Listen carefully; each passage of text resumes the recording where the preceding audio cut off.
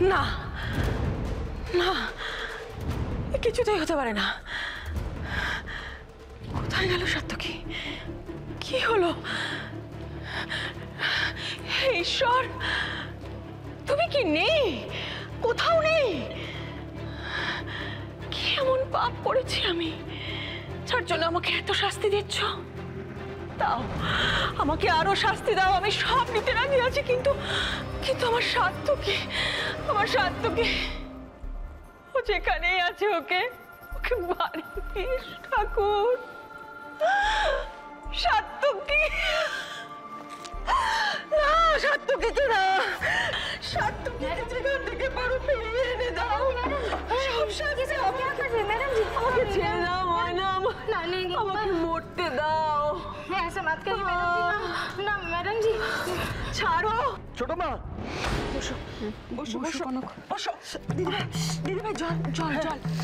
ননি, কনক, কনক, শ্রী কি হলো তোমার? এই তো, এই দেখ দেখ দেখ, এই দেখ না বৌরানী। বৌরানী? কি হয়েছে বৌরানী? কি হয়েছে সেটাই তো বুঝতে পারছি না। ও অপারেশনের কথা বলতে কি? ছোটদা ভাই, এই ছোটদা ভাই, তোর এরকম অবস্থা কেন? কি হয়েছে? কি হয়েছে সেটা জানার থেকেও বড় কথা হলো ওর জ্ঞানটা ফেরা হলি।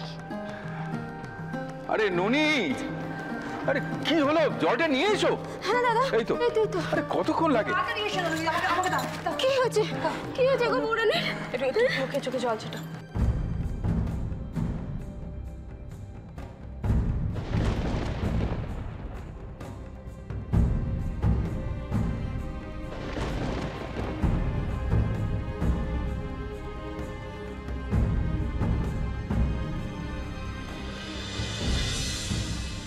ওঠো ওঠো ওঠো, কিচ্ছু হয়নি, ওঠো। কি হয়েছে? কি হয়েছে বৌরানী? যে ঠিক আছে? কিচ্ছু কিচ্ছু হয়নি। কি হয়েছে? কিচ্ছু কি হয়েছে বৌরানী? ভাই, কি করছো? কি করছো? কনক, দাঁড়াচ্ছ কেন?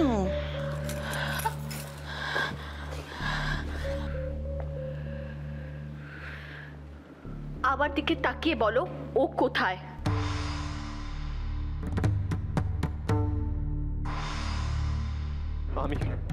আমি জানি না বৌরানী। জানিস না মানে? তুই তো সাথে এয়ারপোর্টে ছাড়তে গিয়েছিলি।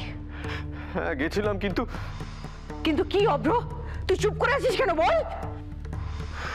আমি কি বলবো মা, আমি তো নিজেই ব্যাপারটা এখনো ঠিক করে বুঝে উঠতে পারছি না। আমি আর দাদাভাই এয়ারপোর্ট যাচ্ছিলাম, তারপর হঠাৎ করে উল্টো দিক থেকে